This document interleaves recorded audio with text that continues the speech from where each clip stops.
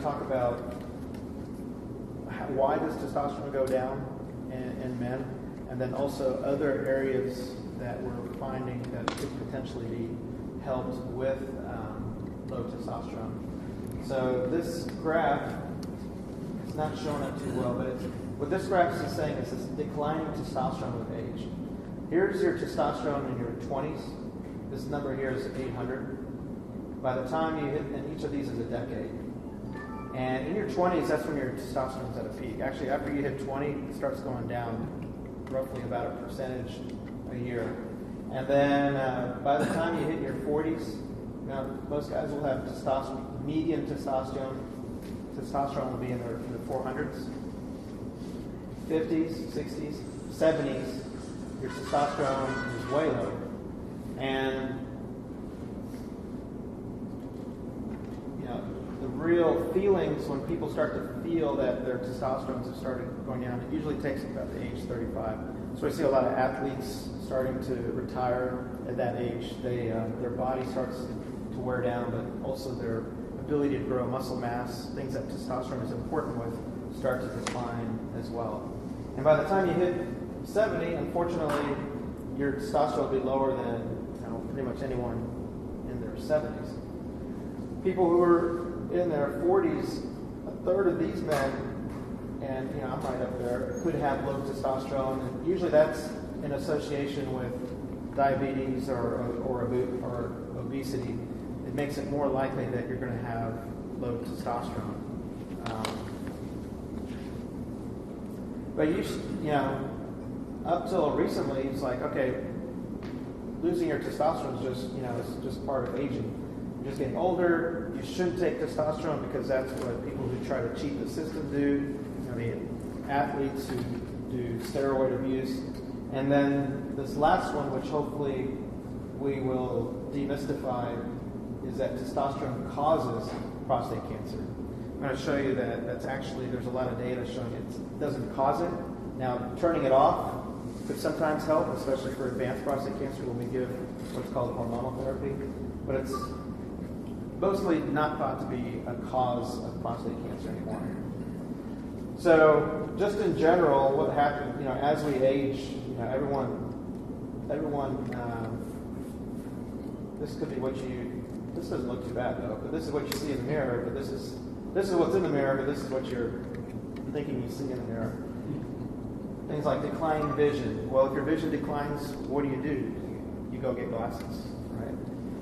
Your hearing starts to diminish. Unless you're like my dad, you go get a hearing aid. Otherwise, a lot of people are in denial. Obstructed blood vessels. You put yourself on aspirin to prevent heart disease. Teeth. Your teeth naturally get bad. What do? We brush with fluoride toothpaste. So we're just trying to set up the idea that you're already doing a lot of things to counter what would otherwise be natural. Testosterone, I'll show you, maybe shouldn't be considered any differently. It is a steroid. It's an anabolic steroid, which means it helps, as opposed to a catabolic.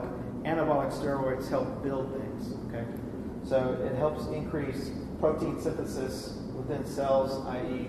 muscles, for example, tissues that are helpful for development and maintenance of your manly characteristics. If you abuse testosterone, if you get high levels of testosterone, you can run into harmful effects. You start to retain fluid, your skin can break out, you can develop acne, your red blood cell count can start to shoot way high into an unsafe territory. If you take oral testosterone, which really isn't available anymore, you could get liver damage. Breasts can start to enlarge, and almost paradoxically, if you take external testosterone, your testicles can start to shrink because the testicles say, hey, there's plenty of testosterone here, we can just shut off, and you can get testicular atrophy. And testicular atrophy also results in less sperm, and you can have infertility. So that's why a lot of actually competitive weightlifters have problems with fertility. Now with prostate cancer, the idea that testosterone causes prostate cancer is really credited to Dr. Huggins, who actually won the Nobel Prize for making the observation that eunuchs, people who never have testosterone at all, never develop prostate cancer. So he said, oh, they never make testosterone, therefore they never get prostate cancer, therefore testosterone causes prostate cancer. And it was pretty, based on that, he won a Nobel Prize, really. And then the first line treatments, because we didn't have treatment for prostate cancer until really the 40s, no one really understood the disease. And thanks to his efforts, the first line of treatment really was castration, just removing the testicles.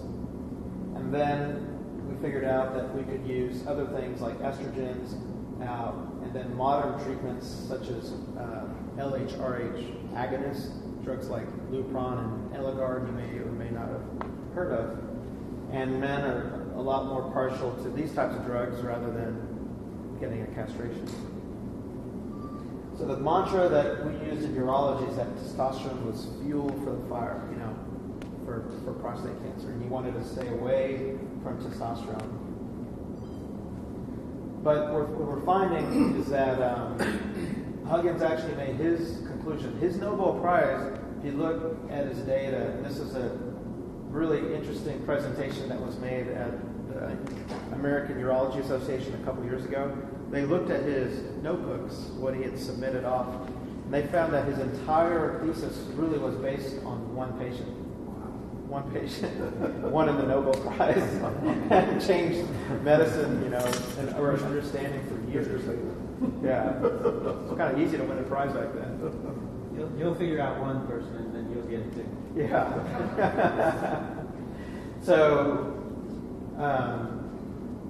really, what we're finding out now is there's really, with prostate cancers, there's really not a direct relationship with testosterone. In fact, this kind of blew us away for a while. Is that patients who had low, so there weren't over that long period of time there weren't follow-on studies. No, I mean back then it was yeah. So no one went to verify it and double check it and expand upon it. No, because we assumed he was correct, because when men got advanced prostate cancer, by all appearances it was correct. Yeah, it would work. You cut off testosterone and they don't get prostate cancer, or you fight prostate cancer. So therefore, testosterone is bad for all prostate cancer was the prevailing theory.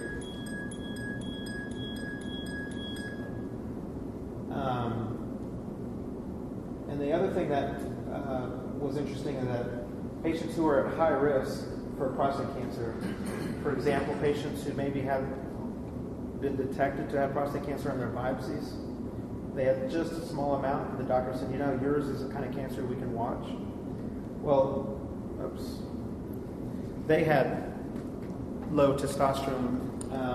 They had testosterone supplementation, and their cancer didn't grow out of control. In fact, in some of these patients, their cancer actually regressed on future biopsies, which is crazy. How can you give testosterone to a man who has prostate cancer? If Huggins was right, their cancer should have exploded. So again, it was just based on one patient. So now what's coming up and is popular right now is this idea of a saturation theory. This basically, imagine a glass of water. Once that, and this, let's say you're filling it up with testosterone, and once the glass, so your risk of prostate cancer doesn't increase. Well, let me say it this way. So imagine testosterone is like water for a prostate cancer. Okay, imagine it is fuel for the fire. Once you give it enough fuel, it doesn't matter if you give it more, it's not going to do anything more to the prostate cancer. So the idea is that every person can have a level of testosterone and or a level of the prostate cancer cells will respond to the testosterone, but once you give it more testosterone, it's not going to change it. So if your testosterone is low and you're having symptoms, take testosterone, it's not going to make your prostate cancer worse. So that was great. I was planning this analogy, and now I can't say it the way I want to. But the point is that you can give testosterone to the body without making your prostate cancer worse, unless you have really advanced prostate cancer and you have to do everything possible to slow those types of cells down. So, testosterone replacement after surgery, no longer taboo. I do it. Places all over the country now are starting to do it as well.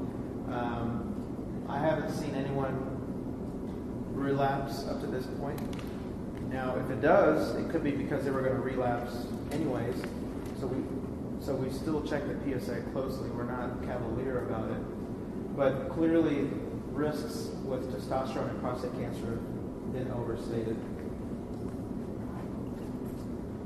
Here's just an interesting fact.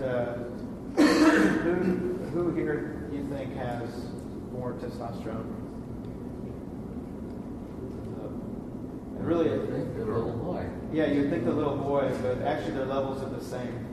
They're the only time you have a difference in testosterone is initially in utero, but then after puberty. Once you hit puberty, then boys' testosterone kicks up, but before puberty, their testosterone levels are the same.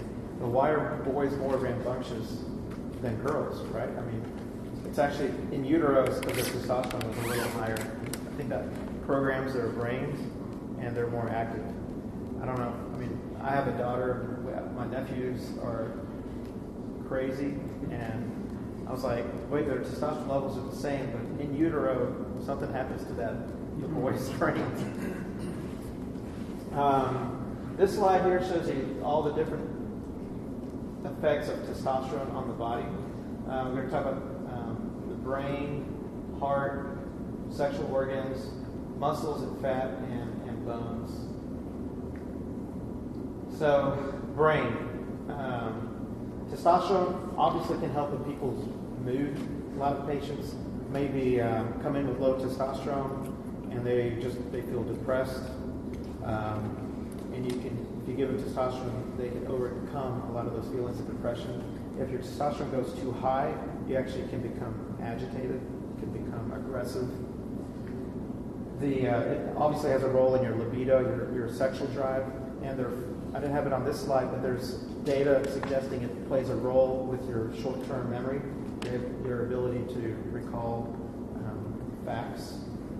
With heart disease, they're finding that there's good effects on your cholesterol level. And in one study, they found that patients have decreased chest pain with exercise. Nothing really long-term yet, but there's potential benefits with heart disease. Clearly with muscles, we know that if you give testosterone, you can help reverse atrophy. You can help build muscles. This is where all the abuse has been in the past with shooting your testosterone so high that really ramp up muscle production. Fat. Being on testosterone can help reduce breast fat and your truncal fat, your belly fat. With bones, women who hit menopause, their bones really start to decrease in strength as they become osteoporotic. Well, the same thing happens in men, just slower. As you grow older, your density decreases, and that's how you can develop fractures. Interestingly, you need estrogen to help your bones. It's really not the testosterone, but the testosterone turns into estrogen via fat cells. There's a direct effect on the sexual organs.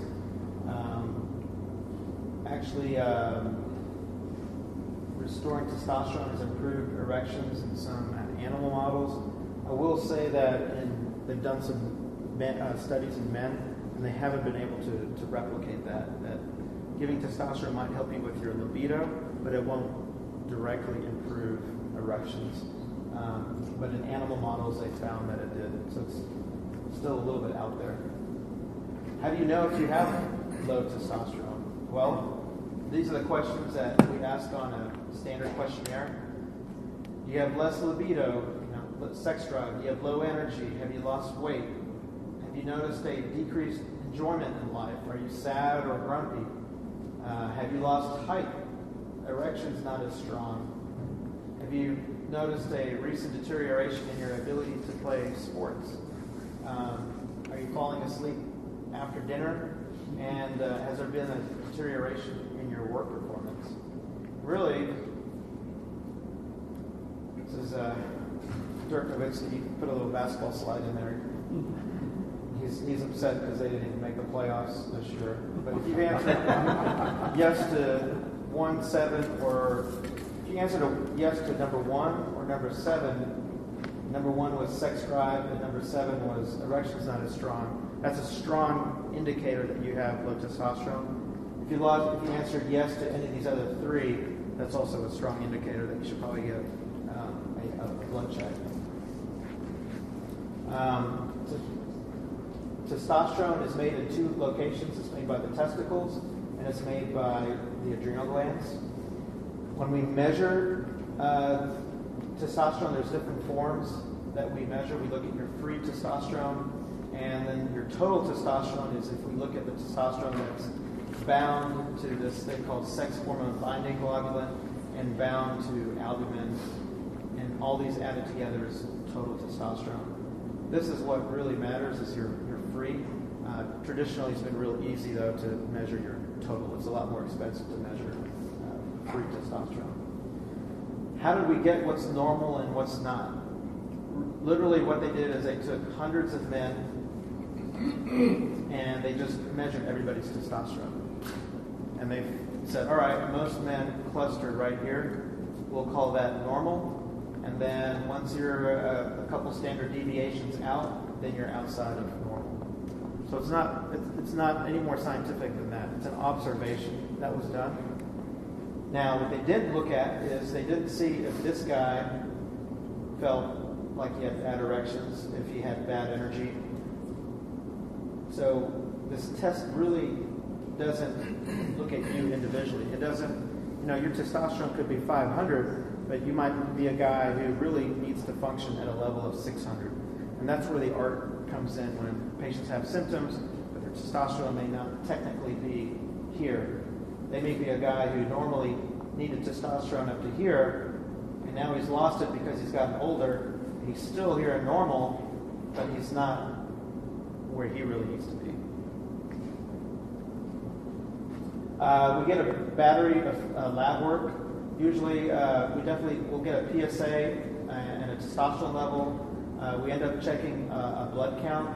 Depending on if we're suspicious or not, there's some other tests we can get to.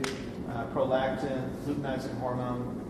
This is an MRI, and sometimes people can have low testosterone if they have what's called a prolactinoma. It just obliterates your pituitary, and it prevents the release of testosterone. Last few sections here, treatments. There's different things. There's creams, gels, patches, injections, and then there's other detox treatments out there. Creams, this is what you can get at local drugstores that actually compound testosterone. They make it in-house. Is that okay? Because usually the creams are the cheapest. The problem with testosterone creams is that you have to trust that these labs are making it properly and that they're making it properly every time. I'll send guys to some of the labs that seem to do a good job, but I don't know if you heard of that lab that got in trouble with the injections. So it's a compounding lab? Yeah, these are compounded. Yeah. Now, the one in Boston that got in trouble was injecting it, I think it was a steroid, or they were injecting it in the spine, and it had fungal infection. Now, you have to be careful. Pharmaceutical grade testosterone is a lot more expensive, but it's held to a much higher level of scrutiny. Now, I'll still give creams to some guys because I figure if it's at least you're just putting it on the skin. It's not like you're injecting it in the back, but it's something you have to be careful about. There's a reason why it's less expensive. Gels. There's different types of gels. It's really the most common treatment right now for low testosterone. You can apply it to your underarms. You can apply it to your thighs, to your shoulders. Different companies make different types of gels. The biggest problem with the gels is that it can cause skin irritation. One day it may absorb well. The next day it may not absorb well if you're sweaty or you didn't leave it on long enough before you took a shower. You have to be very careful in contacting other people when you put on the gel. You have to make sure absolutely that it's dry because it can transfer. You don't want that to happen. You don't want your wife to have maybe you should take my razor. You don't want that to happen. Definitely don't want kids to get exposure to that kind of thing. And you have to use it daily. There are patches. Patches right now they used to be the main way, but we rarely give patches now. The patches cause a lot of skin irritation, and the absorption's been very variable. The nice thing with the patch is you can leave it on for a week and not have to worry about it. Injections. Injections are the cheapest form of therapy. Usually we give a testosterone injection every 2 weeks, and your testosterone level as soon as you get that injection goes up. So people kind of feel like they can feel it. They almost get a buzz off that initial spike in their testosterone. And that feels good, but these peaks and valleys that you get with injections can sometimes worsen your blood count. Your red blood cell count can shoot up because of those spikes. And that's why we have to monitor your blood work pretty carefully if you decide or your insurance decides that this is the way we need to treat you. There's other treatments out there. There's treatments where you can put testosterone right on your gum and it absorbs through your gums. Side effect, gum irritation. There's clomiphene citrate or Clomid, which is a pill you can take that signals your body to make more testosterone. We give that sometimes to people who are trying to have kids because we don't want to shut off their sperm production. And external testosterone can decrease sperm production. And there's one thing I didn't put here on the slide, but is becoming a bigger thing, is implants. We can put little implants that melt in your body. They last 4 months. And that way you don't have to worry about creams, and you don't have to, and it's a good, steady daily dose because it's not exposed to any of the variables that are on your skin. The only issue with those is usually insurance. They may balk at that. So, anyways, lots of stuff we covered. We talked about, advanced prostate cancer, low testosterone, why having a low testosterone shouldn't necessarily be considered. Well, that's just what I have to deal with. Lots of different treatments. I want to thank everybody for coming. If you haven't had anything to eat, definitely get some food, some cookies. We have some iced tea. And then I'm going to hang out here. If you guys have individual questions, feel free to ask me. Any other questions that you want to ask me with the group? How long can I theoretically, I mean not theoretically, but I'm on active surveillance. So could I go 5 years? So, yeah, potentially. You could potentially go your whole life. For patients on active surveillance nowadays, there's more to it than just PSA and prostate biopsy.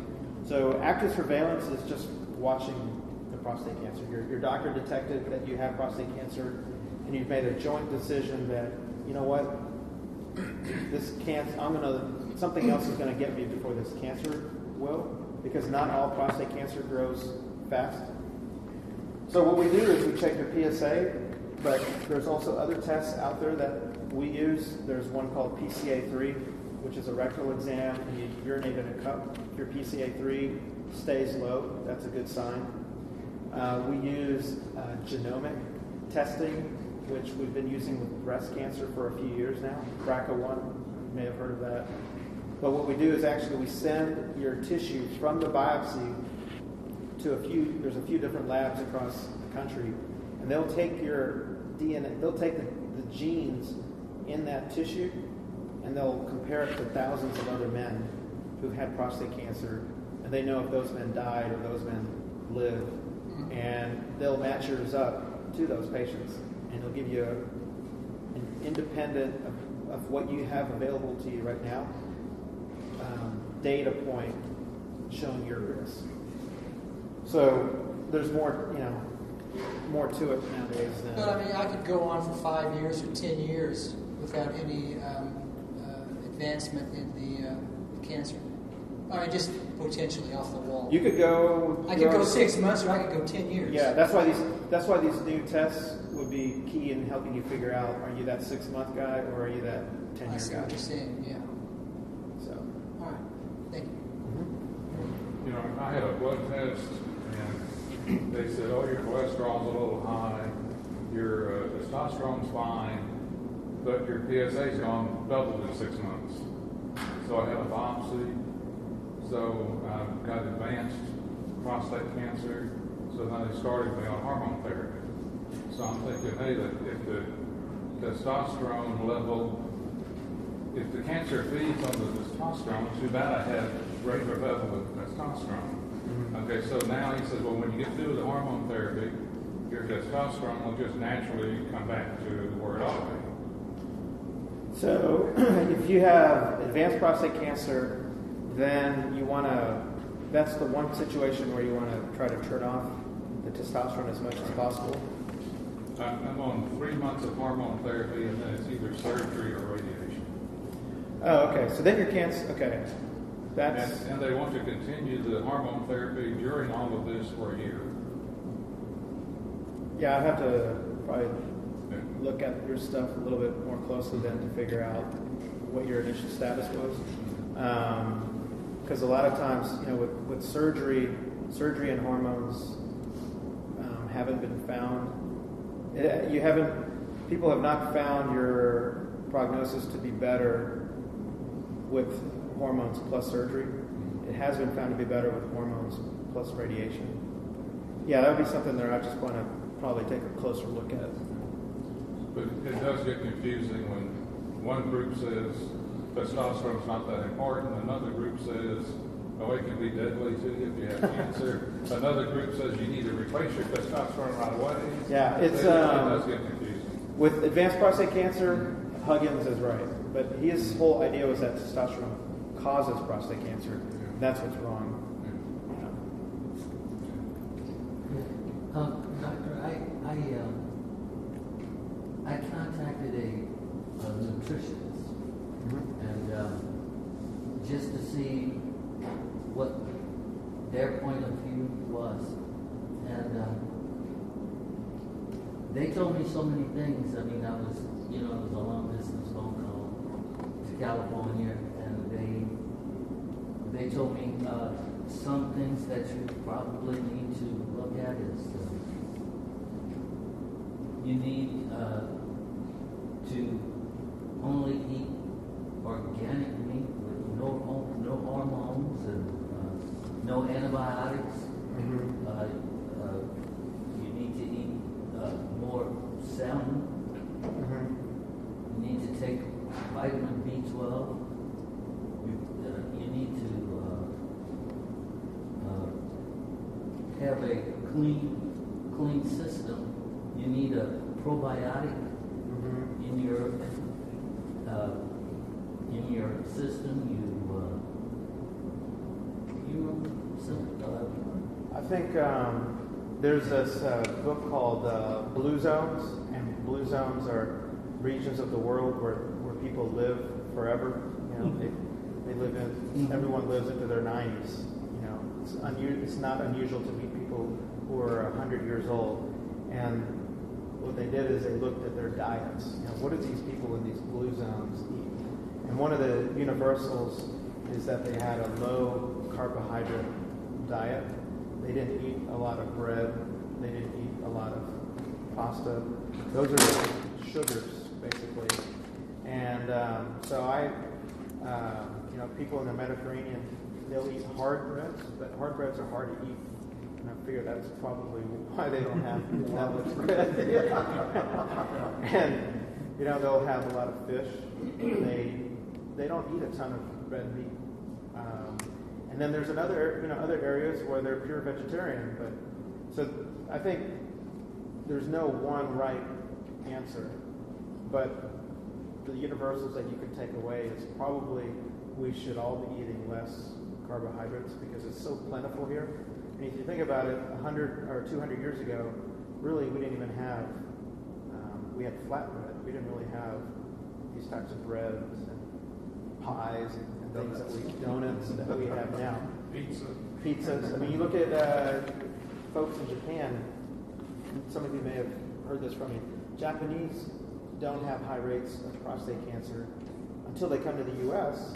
and they assimilate into a Western diet, more red meat, fatty foods, and then their rates of prostate cancer come up right to the rest of us. But I really look at, it's called blue zones, but it's very interesting where you basically realize there's no one right way, but you can kind of take away what are the commonalities of all these different places where people live for so long. And one of the big ones that stood out was they don't eat a ton of red meat and they don't eat a lot of carbs. All right. Yes? I just recently had surgery, and did they test your testosterone when you're, is that part of the workup? Before the surgery or anything? No. Okay. We haven't been. No. Because again, there's no causative relationship, and then after your prostate's been removed, your testosterone levels should be the same. It's something our internal medicine doctor kind of watches every year. That's one of the things he does. The testosterone levels, yeah. I think more and more doctors are. It's never been it's something that's relatively new because in the past there really weren't that many good treatments for low testosterone, and since really 2003 is when these gels and things have picked up. So I think maybe the newer or the guys who keep up, or the younger docs probably check it. Maybe some of the other guys probably don't have it on their radar. There's observations we're going to do, observing the patient, things of transmission. Right. One other thing I saw on the slide was that Medicare would pretty much approve Provenge and cover most of the costs, but what about other insurances? Are they Most commercial insurances follow with Medicare. They're very strict on making sure that you are indicated for the drug. Like I have to go through a checklist to make sure you have X, Y, and Z before you can get it. So most insurances will cover, but then there's the issue of deductibles and percentages that the patient might be responsible for, and that's where these assisted programs can really be helpful for those patients. My Ghostverse ghost slide didn't show up, but I had a Ghostverse slide in there. You had jerk with no Ghostverse. Yeah. All right. Well, again, thank you guys very much. We appreciate you coming, and we'll probably have another one of these different topics, but in the next few months, so you'll get a notice from us again. All right. Thanks again. Thank you. Good seeing a lot of you.